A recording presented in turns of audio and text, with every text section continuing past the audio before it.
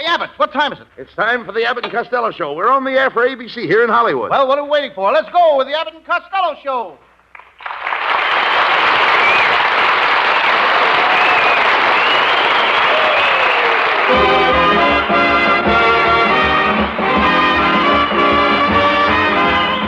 Yes, it's the Abbott and Costello Show, produced and transcribed in Hollywood for your listening and laughing pleasure.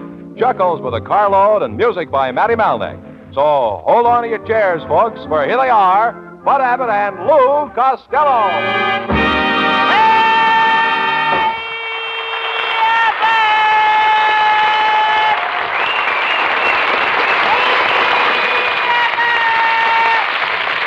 All right. Costello. Costello. All right. Here I am. I know it. I put you there. All right. Why are you so late? Why are you late again? Why am I late again? Yes. Well, I've been helping my Uncle Tom Zizimers in his butcher shop in Baltimore. He's having a sale on lamb chops for $4 a pound. Wait a minute. He sells lamb chops for $4 a pound? What does he pay for them wholesale? About 6 cents apiece. Then what makes the lamb chops so high? It's them little paper panties. The Garment Workers Union don't work for nothing, you know. Right. Neither do our writers. We pay money for that! Well, that talk sense. Why are you limping? Well, when I was coming to the studio tonight, a big dog in the parking lot bit me on the leg. Costello, that dog might have rabies. Oh, gee, I hope he does. He'll name one after me.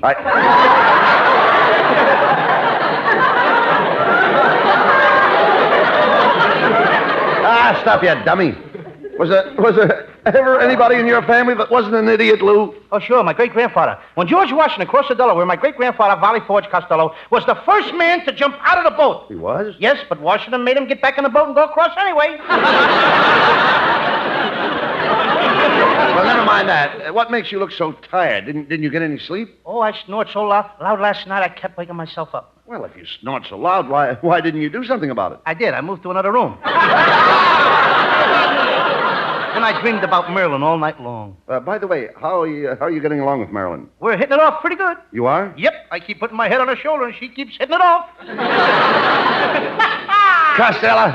All right. Costello, why don't you go back with the rest of the baboons? Okay. Any message? Get them out of here.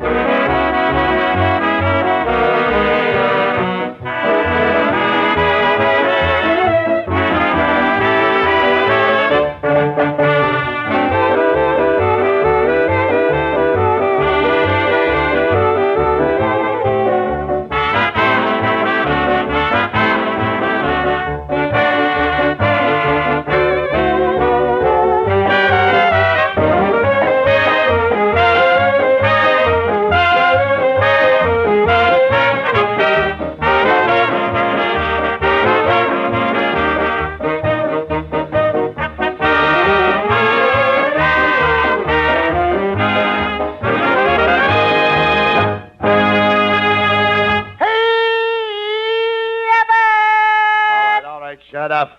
What are you yelling about? Boy, are we having trouble. What do you mean? My Uncle Mike and my Aunt May, they bought a houseboat on Lake Arrowhead, and they moved in Monday, and now Aunt May is missing. What happened? Last night she forgot and went down in the cellar for a jar of preserves.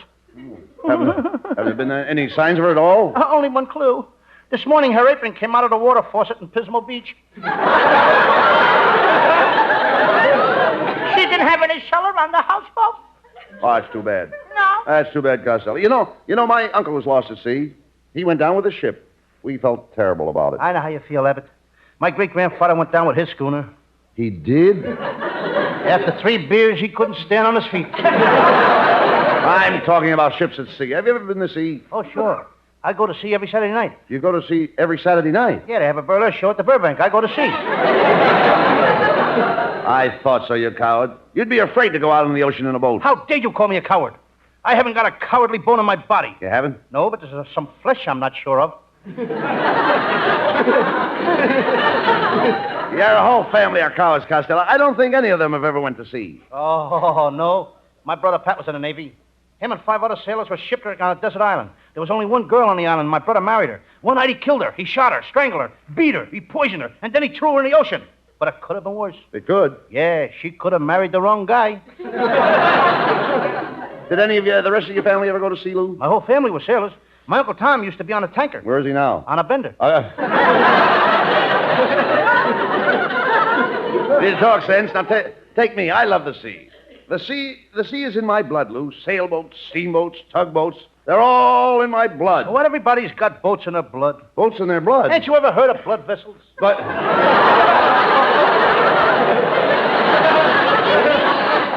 And I should be working with a girl instead of you. I worked with a clever girl once, I remember. She wanted me for her husband. Yes, I remember, too. Her husband wanted you for target practice. Well, anyway, I'm not like you. You've got your eyes on every girl you see. I have not got my eyes on every girl I see. You haven't? No, only those I can't get my hands on.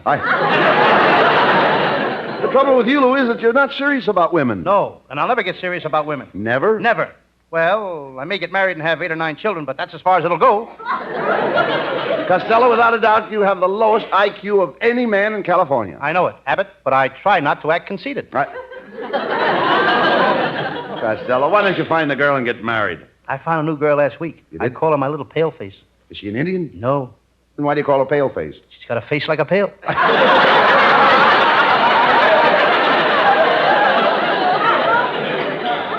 Oh, let's talk sense. Well, what is the girl's right name? Amber. Amber. Was she named after the book? No, she was born on her way to the hospital between a red and green light.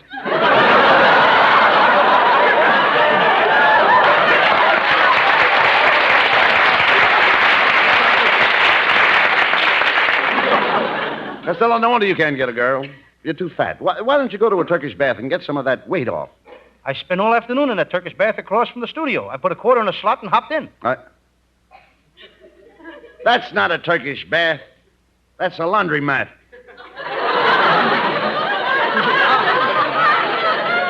Yes, a laundromat where women rent machines to wash their clothes. I wondered why the manager came around and made me hang a towel over that little glass window.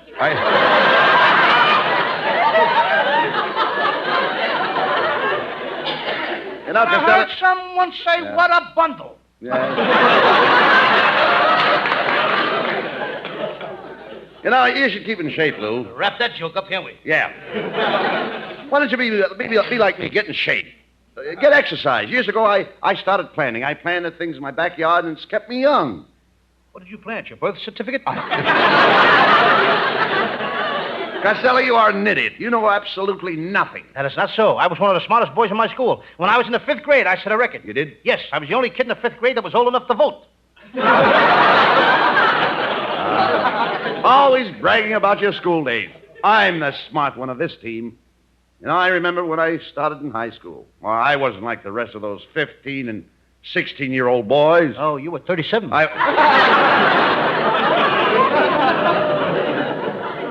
Hello, boys. Well, look, Costello. It's our singing star, Marilyn Williams.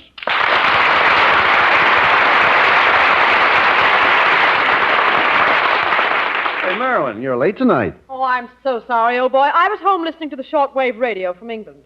My favorite British program was on. It's called The Solitary Bovine Attendant and His Horse-Pound Sterling.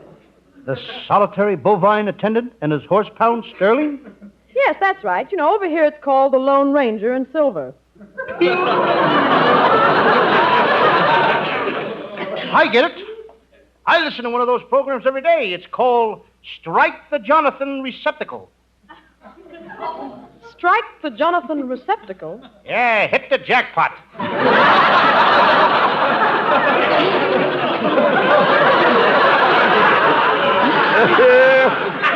I had a couple of English laughs there. Oh, yes. They was in parentheses. I didn't say them.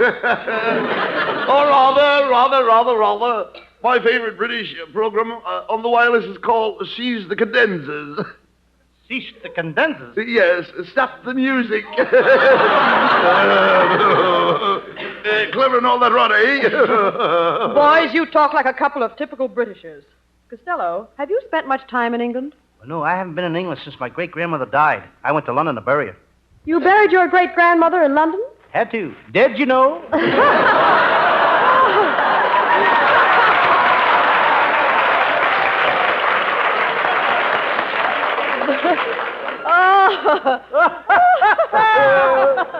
Oh, Costello, you are so clever, Costello. Hey, you're making a big hit with her, Costello, so go ahead and ask her for a date. Okay, go ahead. Marilyn, how about you and I going to a nightclub after the program, eh? What? A nightclub? What's that? Well, in Hollywood, a nightclub is a place that's got what it takes to take what you've got.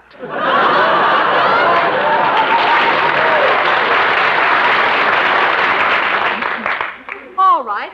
Now, suppose I do go out with you, and when we get home on my front porch, suppose I were to throw my arms around you and hold you real tight, and then start to kiss you like this.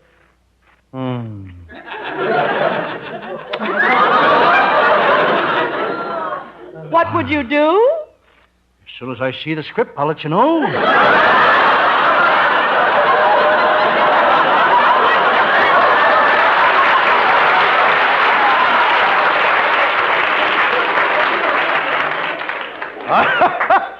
I'd just lay there on a porch until a pull motor squad came.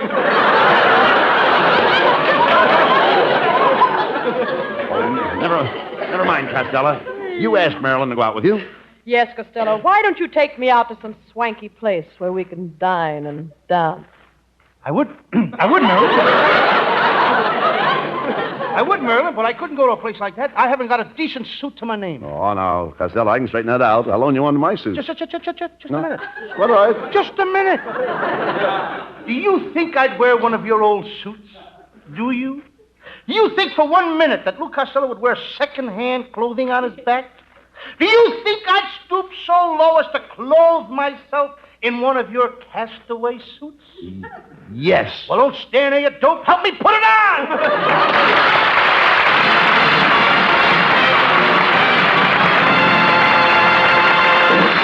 And that's the halfway mark in tonight's laugh race. Time for an intermission.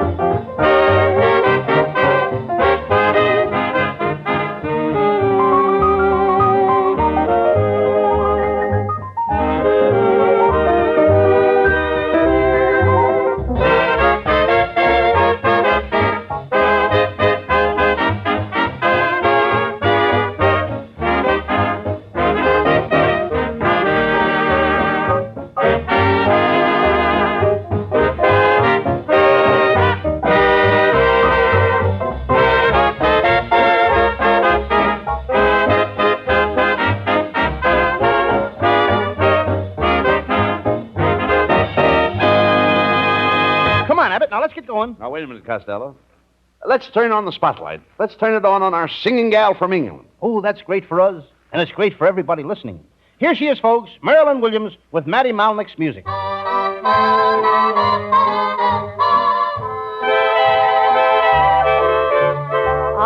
will gather stars out of the blue for you.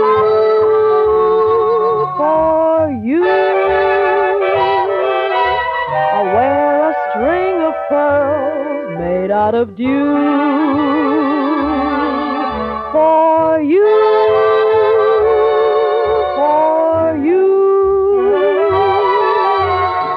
Over the highway and over the street, carpets of clover I'll lay at your feet. There's nothing in this world I wouldn't do for you, for you.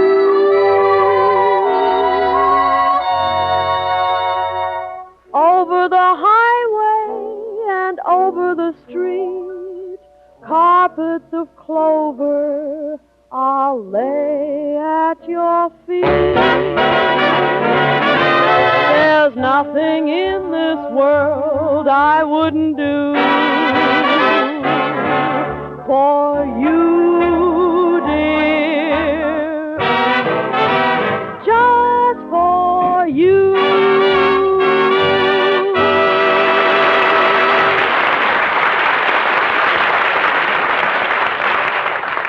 Hey, Costello, where were you last night? I called your house and, Well, I went for a drive. a drive. You should see the car I'm driving now.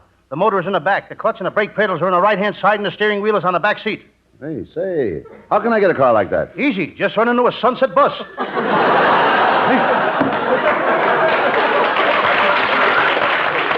Well, now you'll have to get a new car. I already bought one, Abbott. It's got 2 searchlights, 2 sets of seat covers, bumper guards, 3 heaters, twin radios, and fog lights. Well, never mind that. How's the motor? I didn't take the motor. No dealer is going to stick me with extra accessories. Is it a good car? Oh, you couldn't get a better car for $10,000. What did it cost you? $10,000. Let's get on with the detective story. What case have you picked for Sam Shovel tonight? Well, Abbott, it's one of my most interesting cases.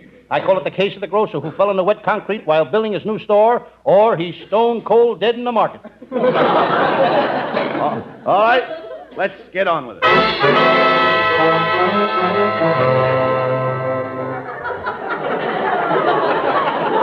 Yes, I'm Sam Shovel, private detective. I've been up all night working on a case. As I sit here in my little office, I'm tired. I start to doze.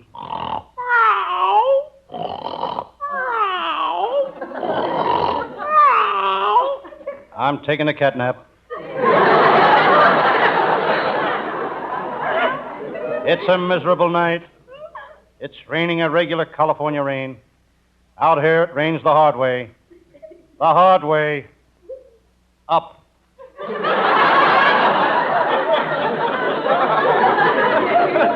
Just listen to that rain.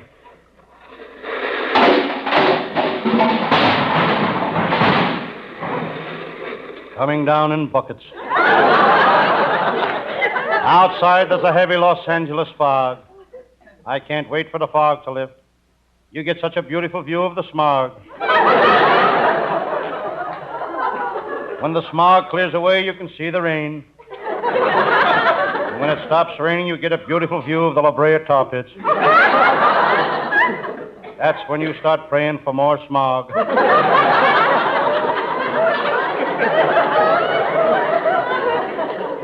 I walk to the window. I can see the mechanics in the garage across the street working on my car.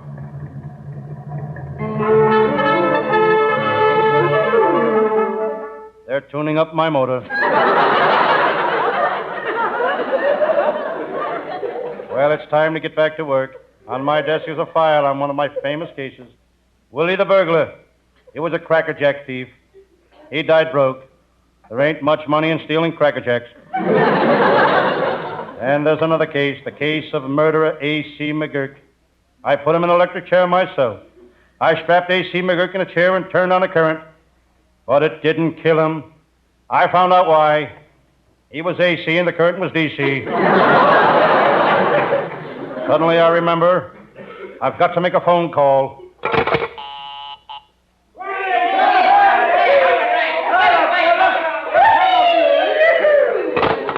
I have a party line.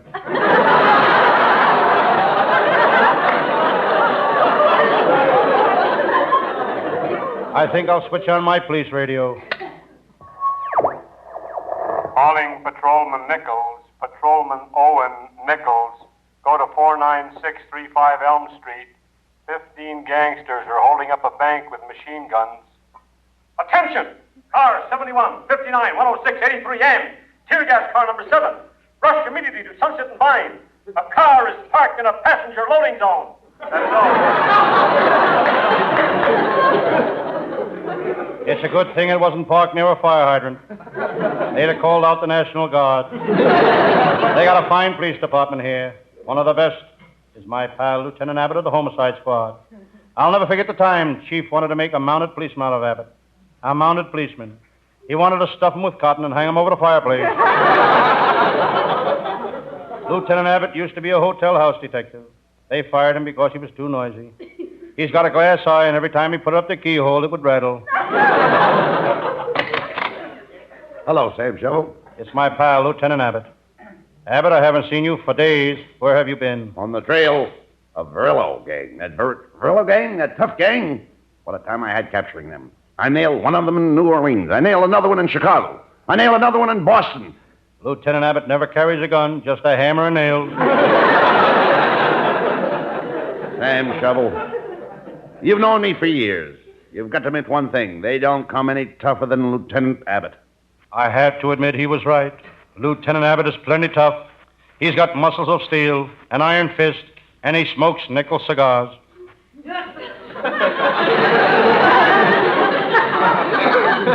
Sam, being a cop is no bed of roses. Remember before I was a detective how I used to pound a beat? Lieutenant Abbott used to pound a beat the hard way. The hard way. He pounded it with his head. That's when they made him a detective. Now he's the most famous gumshoe on the force. Every place he goes, he gets gum on his shoes. I should have went with him. I got stuck myself. How are things at headquarters, Lieutenant Abbott? Well, we're having a little trouble, Sam. There's a guy trying to get revenge on the police force. Who is it? The guy that runs the fruit stand on the corner. Every time he passes the station, he swipes a policeman.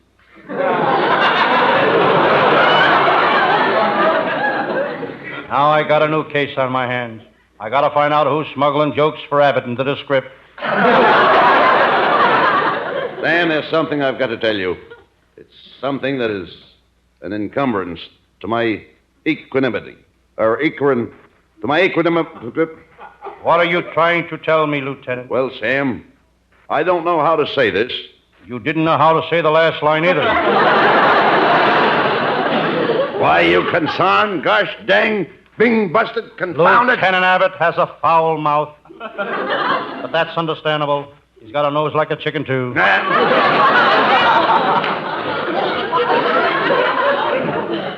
Sam, I'm going to give it to you straight. Your brother's a crook. Your brother is the leader of one of the toughest mobs in this town. Okay, Lieutenant. 10, Jack, King, Queen, Ace. What are you talking about? I'm giving it to you straight. That's the biggest straight you can get. This is serious, Sam. Your brother's a crook. You've got to do something. I've tried to do something. I used to say to him, Joe, go straight, Joe. Get out of the racket, Joe. Joe, you're going to get in trouble. But Joe, he wouldn't listen. Why? His name is Pat.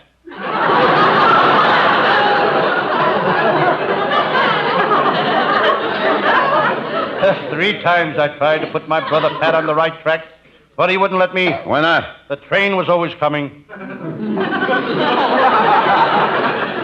Sam, your brother Pat is a thief. Yes, he's been stealing ever since he was a kid. Even in school, he'd steal paper from the supply closet. He stole so much paper that when the teacher wanted to give an examination, she had to bring the class over to our house. Sam? She left 3 kids after school. They've been with us ever since.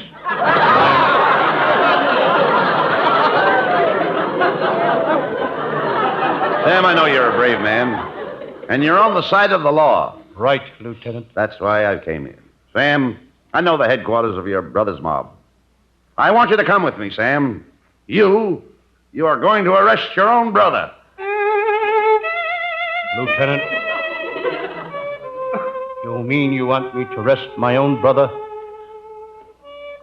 A little sad music, please. I said sad. That's pitiful.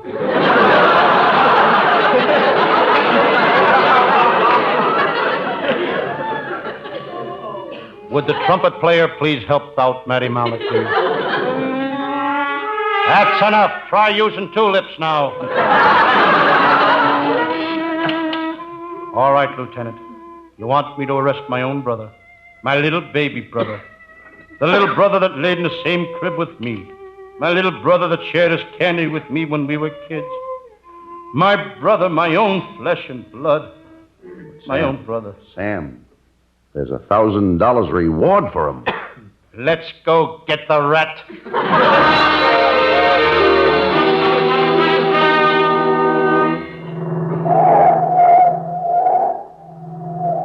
We're almost to your brother's mob hideout. Just a minute, Abbott. What? Sound man has another block to go. Sam, why don't you get inside the car? You'd be more comfortable. I'm okay, Lieutenant. I'm riding on the running board. This car has no running board.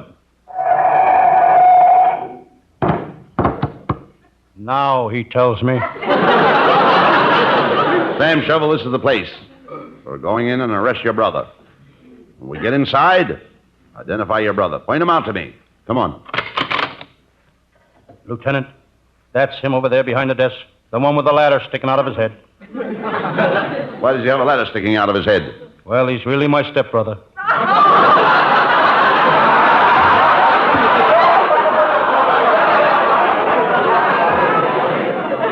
What are you two mugs doing in here?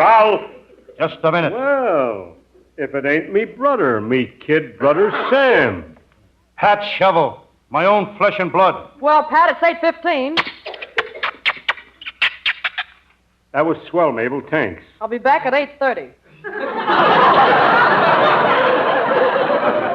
Hey, wait a minute. Who was that dame? Oh, just one of the gals of my mob. She's our morale builder. Every 15 minutes, she goes around kissing all the boys in the mob. You mean you have girls in this mob? Sure, lots of them. Look through that door over there. See them gorgeous redheads, all 10 of them there? When the gang gets through with a job, the girls sit in the fellas' laps. They stroke their brows. They make love to them. They soothe their noise. All right, Sam Shovel. Tell your brother why we're here. Brother Pat, Yes, Brother Sam, what do you want to say? could you use 2 more guys in your mob?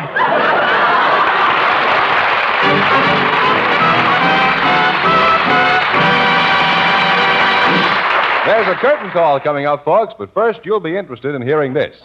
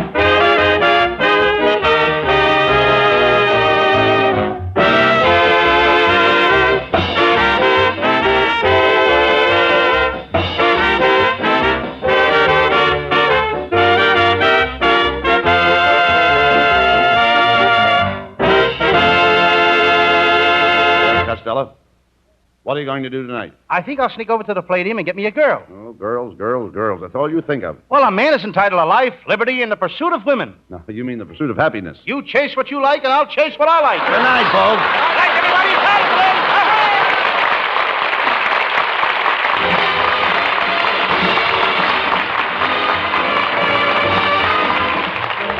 Listen each Thursday night at this time for another great Abbott and Costello show, produced and transcribed in Hollywood by Charles Vanda, and featuring Marilyn Williams and Matty Malnick and his orchestra. Be sure to stay tuned for the outstanding entertainment which follows throughout the evening on this ABC station.